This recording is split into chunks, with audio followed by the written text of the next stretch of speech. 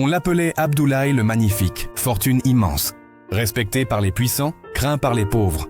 Il avait bâti un palais de verre dans une capitale africaine où la majorité des gens n'avaient même pas une fenêtre. La nuit, son palais brillait comme une étoile tombée du ciel, pendant que, juste de l'autre côté de ses murs, les familles allumaient des feux pour ne pas mourir de froid. Abdoulaye disait « Si chacun pense à lui-même, tout ira bien ».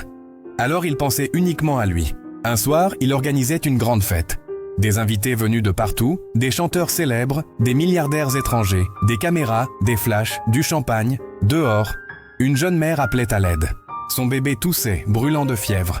Elle frappait au portail du palais. « Je vous en supplie, juste une voiture pour l'hôpital ». Mais les gardes la repoussèrent. Les cris d'une pauvre ne doivent pas déranger les riches. Le bébé mourut dans ses bras. Silencieux, innocent, oublié. Mais cette nuit-là, une panne électrique plongea la ville dans l'obscurité totale. Les lumières du palais de verre s'éteignirent. La musique se tut.